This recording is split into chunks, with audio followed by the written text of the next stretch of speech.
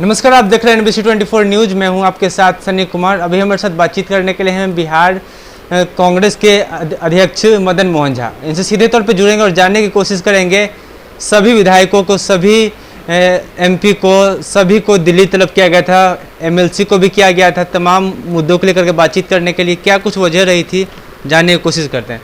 तो सबसे पहले हम आपसे जानना चाहेंगे किन वजहों से सभी शीर्ष नेताओं को दिल्ली तलब किया गया था। सभी विधायकों को किया गया, MLC को किया गया, सांसदों को किया गया। देखिए, सबसे बड़ी बात है तलब नहीं किया गया था। हमारे सम्मानीय विधायक, सम्मानीय पार्षद, सम्मानीय सांसद और जितने हमारे वरिष्ठ नेतागण हैं, सबों की इच्छा थी कि अपने नेता सम्मानीय राहुल गांधी से मिलें। उसी के कारण हमारे जो भक्ति चरण दास जी 3 दिन के दौरे पर बिहार आए थे, सबों ने इच्छा प्रकट किया और उन्होंने जा कर के अपने नेता आला कमान से निवेदन किया, आग्रह किया जो इन लोग से मिल लें। तो हमारे नेता राहुल गांधी जी ने उसमें स्वीकृति दी और हम लोग को खबर आया जो अमुक डेट को मिलना चाहते हैं। तो हम लोग गए, सारे लोग गए। हम समझते हैं हम 23 विधायक में से 22 वहाँ उपस्थित थे। एक विधायक के माँ का मृत्यु हो जाने के कारण वो नहीं पहुँच पाए, नहीं सभी लोग वहाँ उपस्थित थे और सबों ने अपनी अपनी बात रखी। अच्छा, राहुल गांधी से मुलाकात हुई तो किन खास बिंदुओं पर चर्चा हुई? आपने बताया था कि 1 to 1 सभी से राहुल गांधी जी करेंगे, सभी से बातचीत करेंगे, तो किन मुद्दों पर अहम बातचीत की गई होगी पता? सबों को अलग अलग बात होगी जी। किन्हीं को अपना प्रॉब्लम होगा, किन्हीं को पार्टी का कार्यक्रम होगा, किसी को टिकट वाला होगा। देखिए, ये कहना मुश्किल है जो कौन व्यक्ति किस इशू पर बात की, और ये भी नहीं है क्योंकि चूँकि वरिष्ठ नेतागण थे तो ये भी संभव है जो बिहार से अलग भी बात किए हों। बहुत जगह चुनाव भी है, उसके संदर्भ में भी बात कर सकते हैं। यहाँ संगठन का बात है, वो भी बात कर सकते हैं। इसलिए ये कहना उचित नहीं होगा कि कोई बिंदु था। और राहुल गांधी जी ने साफ कहा था जो जिनको भी जिस इशू पर भी बात करना हो वो कर सकते हैं। तो सबों ने बात किया और बहुत ही संतोषप्रद स्थिति में सभी लोग वहाँ से वापस होकर आए हैं और हम समझते हैं उनके मिलने से नए ऊर्जा का संचार हमारे नेताओं में हुआ है और उसका फायदा निश्चित रूप से पार्टी को मिलेगा। ऊर्जा का संचार नेता में होना चलिए अच्छी बात है, लेकिन आप एक प्रदेश अध्यक्ष के तौर पर राहुल गांधी से मिलने गए थे। बिहार की कमान आपके हाथों में है। आपने किन किन मुद्दों पर राहुल गांधी से बातचीत की? देखिए, 1 to 1 बातचीत हुई और मैं आपको कहने में थोड़ा भी मेरा हिचक नहीं है कि हम जो बात किए उसको हम आम नहीं कर सकते। संगठन का मुद्दा था ही, व्यक्तिगत मुद्दा भी होगा कुछ।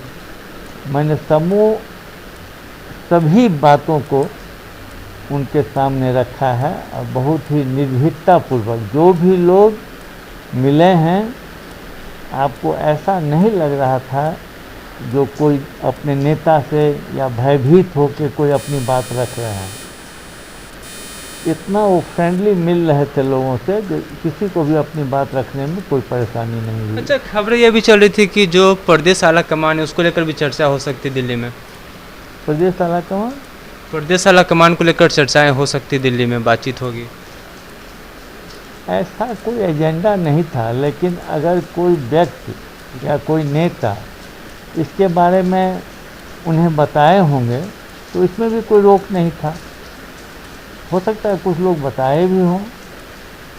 तो मैंने तो आपको कहा ना, जो एजेंडा तय नहीं था, जिनके मन में जो होगा वो बताए होंगे।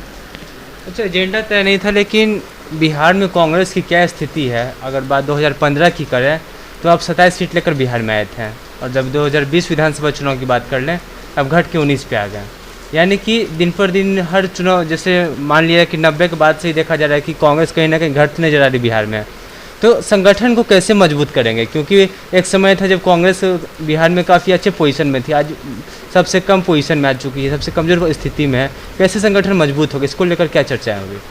आप बहुत पुरानी बात कर रहे हैं, आप 25 साल पुराना बात कर रहे हैं। ठीक है, संगठन कमज़ोर हुआ है, इसमें कहीं दो मत नहीं है, लेकिन मेरा तो मानना है जो जब तक सबों का, हमारे जितने नेता हैं उनका जनता से संवादहीनता रहेगी, तब तक पार्टी कमज़ोर रहेगा।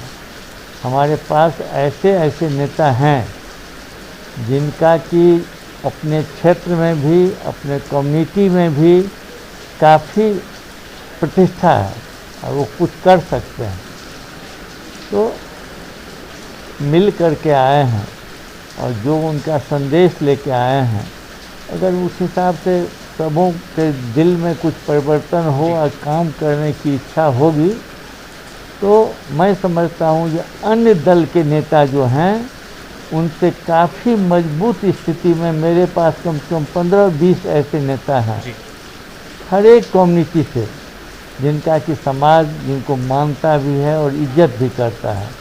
जिस दिन हम लोग का संवादहीनता जनता से ख़त्म हो जाएगी, हम लोग उनसे संवाद में आ जाएंगे, उस दिन मेरी पार्टी पुनः पुराने धारा में आ जाएगी। ठीक है, ये तो बात होगी कांग्रेस के सभी नेता दिल्ली गए उसको लेकर, लेकिन कुछ और सवालात थे। आपसे हम ये जानना चाहेंगे कि बिहार में जो राजनीति चल रही है, ऐसे में अजय मंडल जो कि जदयू से सांसद भागलपुर से, उनके आवास के बाहर से एक कपिल यादव नाम का अपराधी है, उसे पुलिस गिरफ्तार करती, इसको लेकर क्या बोलेंगे? क्या जदयू नेता अपराधियों को संरक्षण दे रहे हैं?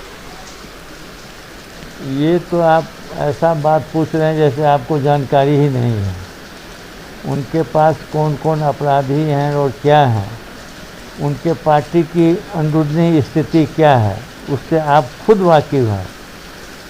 जिस तरह से वो लोग सरकार चला रहे हैं आपस में, मैं समझता हूँ जो उन दोनों में से जिनका भला हो जाए, चाहे बीजेपी का चाहे जदयू का, लेकिन जनता का काफ़ी नुकसान हो रहा है इन दोनों के इनफाइटिंग में, अंदर का इनफाइटिंग भी और दोनों के बाहर का इनफाइटिंग भी। मैं समझता हूँ कि इस सरकार से जनता का भला होने वाला नहीं है।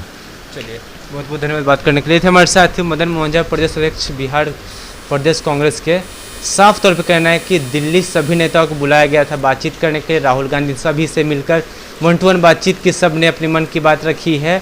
और ख़ास तौर पे मदन मोहन झा जो खुद प्रदेश अध्यक्ष, उन्होंने प्रदेश अध्यक्ष के तौर पर तमाम मसलों पर बातचीत की, काफ़ी नतीजा अच्छा रहा, काफ़ी संतोषजनक मुलाकात रही है। अब देखने वाली बात होगी कि कांग्रेस का संगठन विस्तार कब होगा, कैसे कांग्रेस मजबूत होगा, क्योंकि अगर बीते 30 सालों की बात की जाए तो लगातार कांग्रेस कमज़ोर होते जा रही है, जिसको लेकर इन्होंने साफ तौर पर अपनी प्रतिक्रिया दे दी। तो आप ऐसी तमाम खबरों के लिए बने रहें NBC 24 के साथ। फिलहाल